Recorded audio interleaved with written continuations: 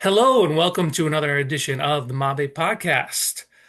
Today, my special guest is the esteemed Dr. Marie Heath. Hello, Marie. Hello. Thank you for having me, Andrew. Happy to be here. Excited. Yes, and so you graced us with your presence at the Newcomer Summit last summer. You're going to be a featured speaker this year at the Mabe Conference. May 7th and 8th in Livonia, Michigan. So we look forward to seeing you there. I was reading your bio. You've got a lot of background you've done higher ed, you've done K-12, curriculum, lots of, newcomers, work with newcomers, ESL, all that good stuff. So you're the perfect person to have here. Thank you. Thank you. I appreciate that. You're right up our lane. So Yeah. today's topic was I actually saw you present this at the National Association for Bilingual Education NABE conference this year. And I just thought it was a very compelling topic. It is power moves for paraprofessionals. Right. So let's start off. What do you see as the role of the paraprofessional when working with multilingual learners? Right. Well, what I see and what I believe the role is been two different things. And it really started because I had the privilege of having a paraprofessional for most of my career when I was in the classroom as a newcomer teacher. And she had a vital role in the classroom. And so when I go in and I support districts, I work across the country and I see paraprofessionals, and I'm seeing a trend with our paraprofessionals because that's just an area that our paraprofessionals don't really have their own training. They come to us with a lot of willing heart, but they don't have that educational training that our teachers get. Yes. And then when they don't get the training or there's not real structure or there's not a clear expectation made of them, what are some of the bad habits that schools can get into? Well, what I see is with our paraprofessionals, without having any type of training on what is my role when I go into the classroom? What is it I'm actually supposed to be doing? And so they're going to the go-to response is that I'm going to go over to the kids that I'm assigned to, or they're my focus students, and I'm going to look and see what is it that they're working on that I'm going to help them complete that. And so it turns more into helping them complete a worksheet or a task instead of actually help them to move forward with language acquisition or literacy skills. So I think it's a really underutilized position that we have paraprofessionals scattered all throughout the district that we could tap into them and to their opportunity that they're working one-on-one with so many of our students. So if we pour into them and help to train them and give them very explicit steps of how can you co-pilot with your teachers with the goal of building language and literacy skills and accessing the content, then we really can be moving kids forward versus the focus on how can I help them complete this worksheet at this time.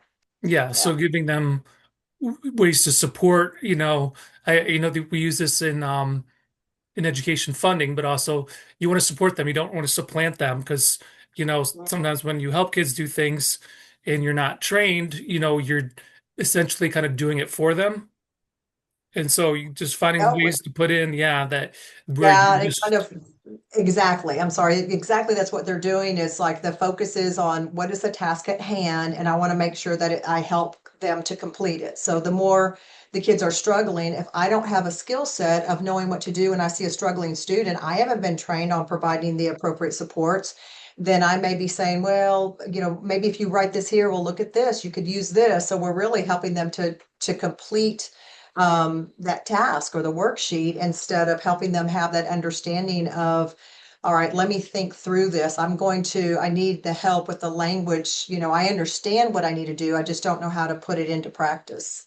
great. So let's talk about, so what are the can do's? There's essentially like four buckets: routines, vocabulary, reading, and speaking, writing. So what are some power moves for paraprofessionals when it comes to routines? So what I did is our flagship training with Silence Education is our 7 steps for language rich interactive classroom. And this is a framework that we use and a lot of different districts use we want to have a classroom that it's language rich. We are modeling how do we set up structures and use effective strategies to have these engaging language rich interactive classrooms. And so we have teachers who have this and they're implementing it. But if I'm a paraprofessional, how can I come in and co-pilot with the teacher to help support these moves? Even if my teacher that I'm partnering with has not had this training, there's a lot of effective strategies and moves that I can put into practice to help support not only my students, but also the rest of the class. And you're right. So what I end up doing is I kind of chunked it into four different categories to make it simplistic so that our paraprofessionals, you're trying to keep in mind, they don't have a background typically in pre-service support or education. And so how can I make it simple enough that they can walk in and they can say, oh, I know how to do that. So that's what this training is all about. And this support document is very simple moves for them to think through, okay, right now, what the teacher is doing, I need to help build this vocabulary because I know that I'm working with a newcomer that there's going to be a lot of vocabulary that they don't understand. So what are the small moves that a paraprofessional can do to help build that language? What are the routines then that you All have right. that um you've come up with from the derived from the seven steps Yeah. specifically to help the paraprofessionals? So yeah, well, when we're talking about the structure, the reason why I put the structure together is because we want to be able to help create that predictability for our kids. So if we have newcomers coming in or kids who are in the process of learning a language, if there's more predictability and structure, they know what's coming. So the whole goal is to try to help our kids move towards the level of autonomy. We want them to be able to be more and more independent. We don't want them to be so dependent upon a paraprofessional that's sitting beside them, helping them complete a task, but how can we move them forward? So the routines start off with there's two of them. One of them that we have in our book is an I don't know poster. So, just in a nutshell, what does that look like? So, when our kids have their responses like, I don't know, I don't know this, I don't understand, and that is the response. I don't know. Mm. What is it that they can say instead of I don't know? It might be, can I have a turn in talk? Can you give me a clue? Can you give me a sentence stem? There's a whole list of things that we can help support our kids to ask us so they're driving the type of support that they're needing. So our paraprofessionals, this is something that they can create. So within the classroom, even if our paraprofessionals go into multiple classrooms, every teacher has their own learning environment. So one teacher may have a whole bunch of anchor charts. So one of the things our kids can ask is, which one of those anchor charts can help me answer this question? Or where in the interactive notebook that we have can I look for to answer this question? And so this is a simple task that our paraprofessionals, it's simple but very powerful that our paraprofessionals can do is create an I don't know poster. And I've seen in classrooms where even if there is a really small desk size, it doesn't have to be a big poster, but here's some three things that you can ask your teacher if you become confused. So that's an example of one of the routines that a paraprofessional can put into place. Also, the randomizing and rotating. This is something that's very simple. And sometimes our teachers stop to remember that if we are doing a cold call and we're asking, okay, raise your hand, who can tell me? We know we're going to have the same students raising their hands, right? Mhm. But this is something our paraprofessionals can do is our teachers when they're working together, they can say, do you mind randomly calling on somebody? So your paraprofessionals can come up with a system, whether it has to do with, playing cards that's taped to their desk or it's color coded or a randomizing wheel, or teachers get really creative with that. So that's a small move. A couple of examples of what paraprofessionals can do as far as establishing those structures and routines. Great. Let's back up just for a sec. So again, instead of I don't know, because some people might not be familiar with it, you mentioned these new ones that I heard for the first time last week, which are great. If you use anchor charts, which most teachers do, saying which anchor chart could I use to help me, or you mentioned the interactive notebook. So the traditional instead of I don't knows, though, let me see which ones I can do. I know, can I ask a friend for help? Mhm. I just had another one. Can I have more time to think? Mhm. Can you repeat the question? Right. Those are some of the most basic ones. Hmm. And that's a nice starter. Can you repeat the question? Can you speak slower? Can I talk to a friend? Can I explain in my native language? We can go on and on and on. And I like whenever the teachers sit down with the paraprofessionals and they really think through what are the things that the kids can be asking to receive support, because it looks different in every single classroom. So I'll give you an example, Andrew. And Mm, this was my big aha. I had standard posters in the classroom, the district that I was a coordinator in, and I was telling all the teachers, okay, I need for you guys to put this I don't know poster up. Everybody put them up. This is really hmm important. It's powerful. And I went into a high school classroom, and she had the one that said, May I ask a friend? And she had it covered up, taped over. And I thought that was really interesting. Like, why would you remove that support? And so I asked her, tell me more about that. I noticed that you had marked that off. And she said, oh, yeah, my kids can't use that. I said, tell me more about that. And she said, they abuse it. So this is their way to just deflect. And they were using it over and hmm over and over again. So I want them to ask me, do you need for me to repeat it? Do you want for me to speak slower? So I gave them other options, but this one they were abusing. And that was kind of my aha of, it really should be customized for every learning Right. environment, for every teacher's style of teaching, their pedagogy. It should be aligned with that. Yeah, I mean, it's great for self-efficacy so that, it's that thing with students where, and adults too, all kinds of people, like you hit a bump on the road and you just stop. So trying to teach students, how do you move past that? Or what's something active that you can do? So we're not just saying, okay, next. Right. And I remind teachers, it's one of the worst things that we can do if we come across a student, we ask them a question, they say, I don't know, and then we bypass them and go on to the next student that does know. Right. It sends a very loud message to our kids. And so it's the message we want to send to them is I am here for you and I'm here to support you. How can I help support you? So now we have a menu of things that our kids can ask us for the type of support that they need.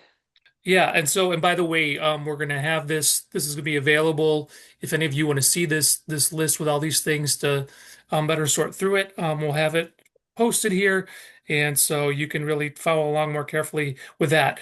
So the next bucket is vocabulary. What are some strategies for helping students with vocabulary?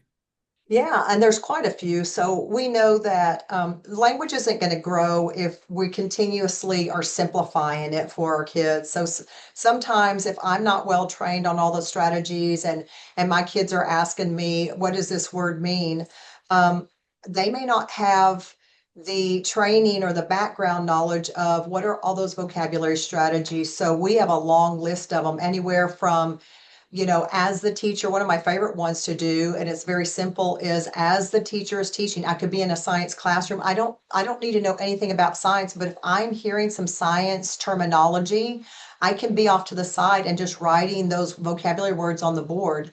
And so I encourage paraprofessionals, if you are co-piloting with any of the content teachers, ask them for a space on the board. That's a very powerful space. That's going to be the language space. So you could be writing academic terms on the board. You could be writing sentence stems on the board. And what's super interesting, Andrew, is even though it's necessary for ML students, it also is benefiting all kids. So we're Hmm building language across the entire classroom, not just for the two or three or five kids that are in the classroom that we're there to support. And so just having that language support on the board is very, very helpful. Yes, and as we know, um, the stronger a student is with the academic vocabulary of a topic, the better they understand the topic, and the two are Exactly. interchangeable. So that's a clear way to kind of pump up that understanding there, focusing on the vocabulary. Exactly. And even going beyond the vocabulary, there's another thing that I see, and all teachers will agree to this. And I'll say, how many times have you worked with kids that you're wanting them to explain something? Like maybe they solved a problem or they're writing something, and you're saying, tell me this, this is your response, explain this to me. And they try and they try and they can't explain it, and they just get frustrated, like, "Ugh, I know what I'm thinking, I just don't know how to say it." And Hmm all teachers will say, oh, yeah, that's happened to me before. It's a reminder that our kids the level that they're thinking on is far more complex than their ability to articulate it. And so Yes. there's this mismatch of this complex thinking. It's very frustrating if you're learning a language and I haven't built this language, or even if I just don't know that academic language to be able to express myself. And so that's the power of having sentence stems is I'm going to help you with sounding like a historian or sounding like a scientist. We never outgrow sentence stems, Andrew. And I think it's interesting that there's a mindset of sentence stems. Oh, this is a scaffold for our struggling kids. And I say, well, you know, what's interesting is whenever I was working on my dissertation and it was time for me to defend it, that's language of a researcher. And I'm an Mhm. educator. I'm not a researcher. This is my very first time to stand before a board and then present this. So I actually hired somebody to help me with sentence frames and what does it sound like? Like I did the work, I know the research, it's all in my head, I get it, but I don't know how to articulate it. So all Mhm. the way up to your highest levels of education, helping us to be able to message our thoughts and those abstract concepts that we have up here, but we just don't know how to communicate that. And so that's super powerful. So I could be a paraprofessional and I could be creating some sentence stems off to the side because if my teacher's about to do a turn and talk, I can write sentence stems up to help direct those conversations so our kids don't get off task and start talking about football and video games. And, you know, we just say, okay, here is the language that I'm listening for. I want everyone to use this language. I'm gonna walk around and I'll be listening for this language. So not only does it help with classroom management, but we for sure are supporting the language. Marie, I wanted to mention too that one of the strategies on vocabulary, uh, under vocabulary, it says echo academic words allowed to strengthen retention.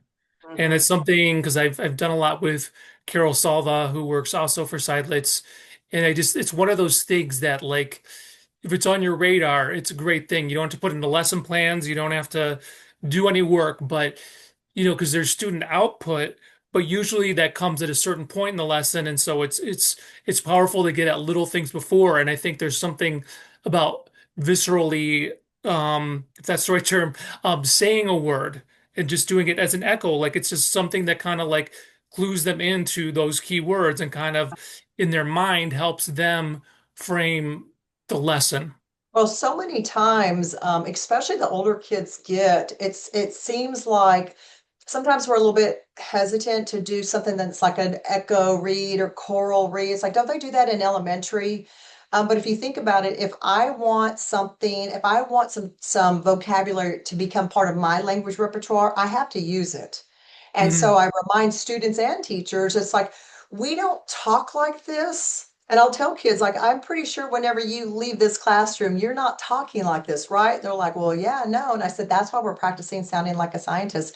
And I'll tell you, there's so many simple moves that we can do to help build academic vocabulary. And really, I'm talking about all kids. So here's something that I used to do is most teachers have some kind of a callback.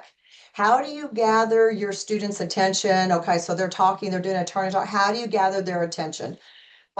So you'll see many times like, okay, one, two, three, eyes on me, or let's come back together. We do something like that. But what if we use a different academic vocabulary word every day? And what if Hmm. I had a square on my board and every day I change that out? What you see happening is kids will come in, they'll look at that square, they want to know what that word is. So when I say it, you echo it back, and that's our callback. So if I do that every day with a brand new term that has to do with my content, then I'm building language because probably at least 5 or 6 times in one period, I'm going to be, trying to gather my kids' attention. So it's very simple. All of these are incredibly simple moves. They're just kind of packaged where it's like you would need to have some formal education to be able to put in practice any of these small moves. Yes, absolutely. And so the next topic is reading. Yep. Yeah, reading would be the next one. So we're going to set up some structure. What can we do to help to build the vocabulary? And when we think about reading, it's reading is really, it goes way beyond decoding. And so if I don't really know how to teach kids how to read, or a multilingual student that's learning to read in their second language, maybe I have literacy skills, but I'm learning how to read in a new language. We also, besides helping them to decode, but we need to go beyond that because our kids are learning to make meaning from what they're reading. Right. And so we also need to be paying attention to that. It's not just rotely saying some words and getting through it. I did it, but are they walking away with the meaning of it? And so we want to look at some small moves that we can do. So it's not only building the language skills, but it's also building the literacy skills. Yeah, and one there I want to point out, tracking print. I mean, it's again, you don't have to plan for that, and it's so much more exposure to words, direct exposure. It's giving them something to do when they're listening to someone else read.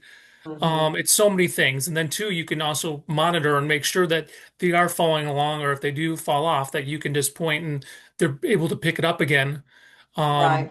which is just And very powerful, and everybody should be doing it for emerging readers.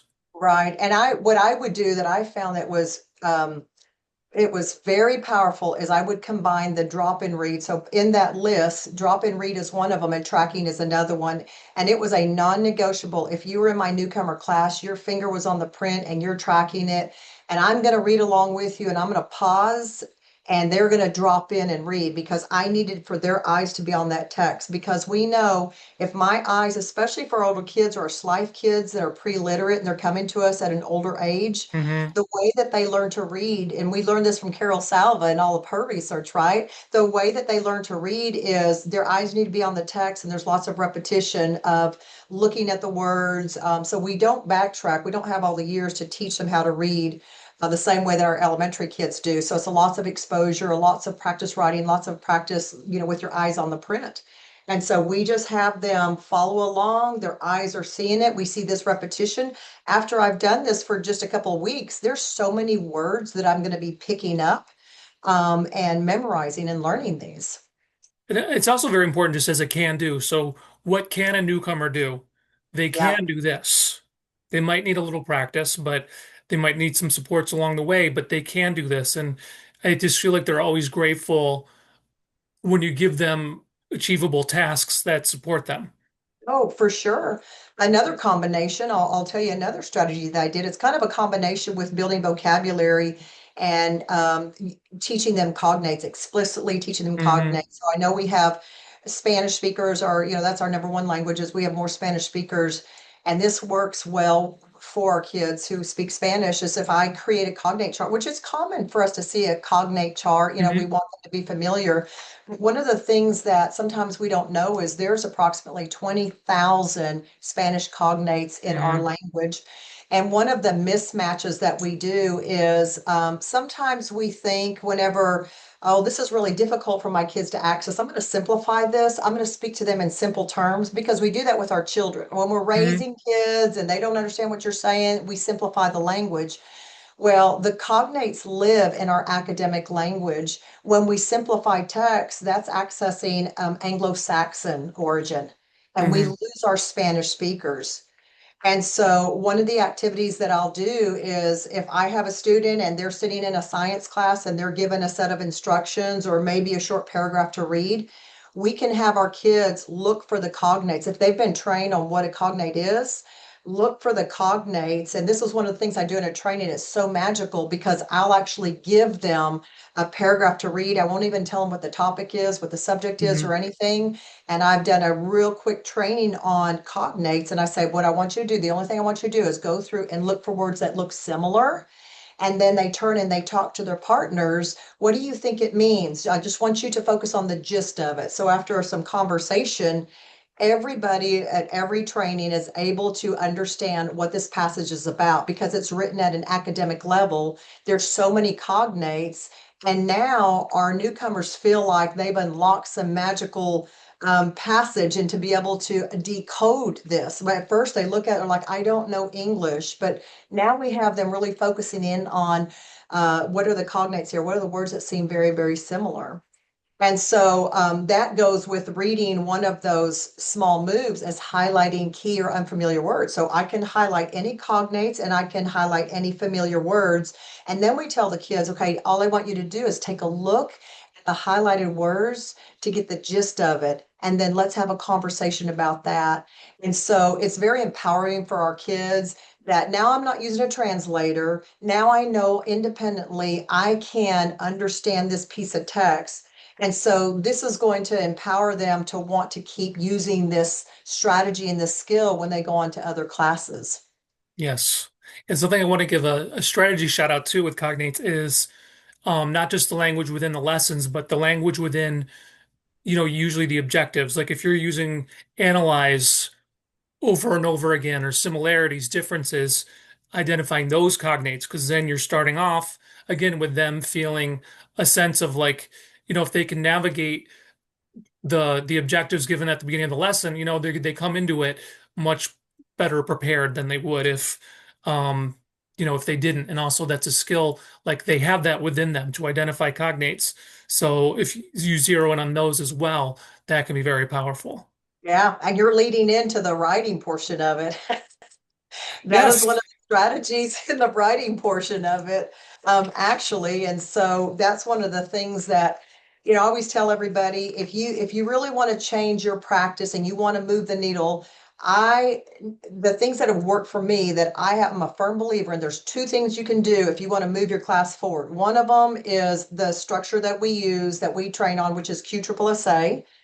And the other one is bookending the learning or framing the learning. And exactly like what you were saying is I'm going to begin with clarity. I'm going to start my lesson with this is what we're going to learn. I'm going to unpack it. I'm going to look for the cognates. I'm going to have them repeat some words. I'm going to make sure that they clearly understand this is your goal. And then I like to have kids write down a sentence stem, which is going to be the evidence of learning.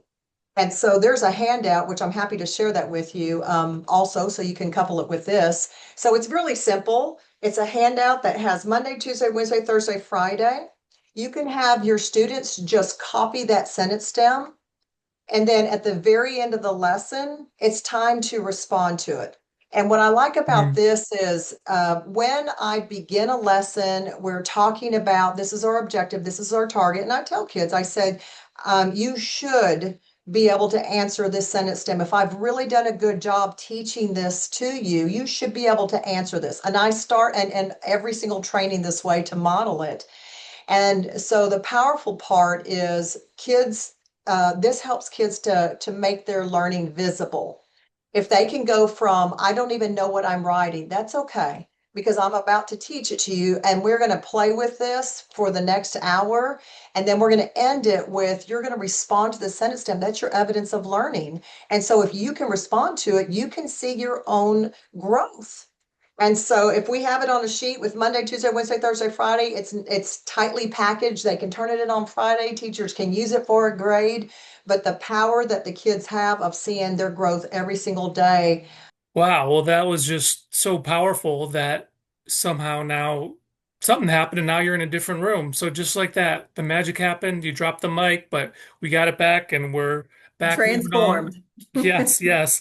All right. Well, thank you so much for talking to us about your power moves for paraprofessionals. Again, if you're listening, there you should see a link to the graphic that goes through all that. So if you want to look at it a bit more. But before we sign off today, I noticed in your biography that you've done a lot of work with acculturation, and I know the definition of that, but I have not heard it a lot in terms of our field, and I feel like I'm hearing it more. So can you just tell us a little bit briefly about your work with acculturation? Absolutely. This is my passion. And I think that when you talk to the ELD teachers across the country, this is where the heart of what we do lies. And there's not one ELD teacher that doesn't embed acculturation somewhere, somehow into their teaching piece, because we know this is the really important part. And as a newcomer teacher, I knew that. And I started embedding lots of different supports and activities to help to support that. So let me give you some examples. We know whenever our kids come, they're new to the country, there's a lot of things, there's a lot of disorientation. They don't know how to go through the lunch line. They don't know how to check to see, is this food something I can eat? They don't know how to switch classes. They don't know about, all of the different safety measures that we have, the drills that we have. I could go on and on and on, and so can all other newcomer teachers. They have this whole list of things that they have to help them to become oriented to this brand new environment. Their stress levels are already really Hmm. high. And then also, I knew it was important to help them to build a bicultural identity. Our kids are struggling with who am I now? Everything I thought I was, all of my goals. I used to have students tell me, Miss Heath, I knew what I wanted in my home country. I wanted to be a fill in the blank.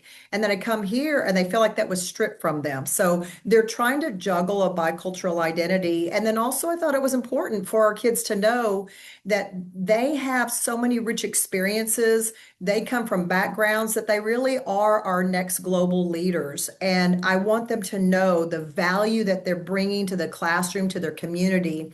And so it started decades ago in the classroom that I started designing some intentional lessons to help them to unpack and learn all this. It's an entire progression of when I first come, I'm disoriented, but I felt like by the time they left me, I wanted them to have leadership skills. I wanted them to know the value that they had and to have established a bicultural identity or at least have a nice starting point. And so as I started moving into leadership positions, I started playing around with it, thinking, maybe what if we just have 30 minutes during summer school? What about in summer school if we had 30 minutes that we had this little acculturation piece, an SEL piece, whatever you want to call it. And so all of these lessons that the teacher started working on and we started fine tuning it. We did that for a few years. And then I thought, well, what if we offer this as a course? What if at the high school we had this course for them? Well, the only thing that we could do is offer them a local credit course, so they weren't getting credit for it, but it became very valuable that I decided to take on this huge project of what if I were to submit it to the state of Texas? What if I submit it to the state of Texas, that's where I'm from, and have it as an innovative course? Because you can submit courses or innovative courses. Well, that was really rigorous because you have to have 5 years of piloting this course, which I had that. I had lots of research because this is what my research is all about. I was able to gather a lot of research along the way because as we had it as a course, you have to be able to measure acculturation. And so that took a lot of thought of how do you measure acculturation? So I had to come up with a measurement tool and put all that in process. And so it took a year for me to work with the state of Texas and go before the board and have this adopted. And so, exactly like what I had described to you, Andrew, is what is it that teachers can explicitly do? Because they do a lot of things, and some of them may be I'm going to have a lot of culturally relevant books in my classroom. I want my kids to see represented, but what are they doing with it? Like maybe reading it, but what is the application part of it? So our kids need to have explicit activities that go beyond it's there. I recognize it. My teacher's super nice to me, but they need to be able to have to take these ideas, these ideologies, this literature, and then put it into practice. What does that mean for me? Like, what does that look like in my life? So Hmm. we had journals that coupled along with it. So along the way, they did lots of journaling. So we'd call it journaling by design. And by the end of the year, they'd have a whole journal full of thinking through, what am I going through? What are the things I struggle with? And sometimes they share out with their peers so they realize I'm not alone. Like the things I'm feeling, the fears, the frustrations, the angers, everything I'm feeling most everyone is feeling this as well. So it helps them to internalize it. So there's so many benefits from it. So thank you for asking me that. Yeah, no, I mean that sounds great. I like that you're emphasizing the bicultural because I think that's kind of a misconception about acculturation is it doesn't mean that you have to give up your first culture, Oh, yeah. but learning how to navigate, a new culture and a new school culture, like again, if they can't do that, they're not really gonna flourish until they can do that. And so again, the sooner they can get that, and the more guidelines we have about how to do it effectively, the Mhm. better off everybody's going to be. Exactly. And, sometimes when people hear that word acculturation, they think we're talking about assimilation. And we absolutely Mm, are not asking anyone to give up their heritage culture because there's plenty of research to show the impact that it has emotionally on our families whenever they're asked to assimilate. And it's like you just have to give that up. Who you think you are and who you've been your whole life, you're just going to push it aside and become brand new. And so that mm. has some very detrimental emotional impacts on our kids. And so if we're in the process of helping to lift up our future leaders, we need to help them to understand, just like our language, we're doing this translanguaging, we are moving from language to language. We're doing the same with our cultures as being able to move in and out and adapt as needed. Great. And so we can look forward to getting more information from you on this topic. Absolutely. I have a publication if I'm allowed to do that, allowed to Please. say that, but I do have a publication coming out.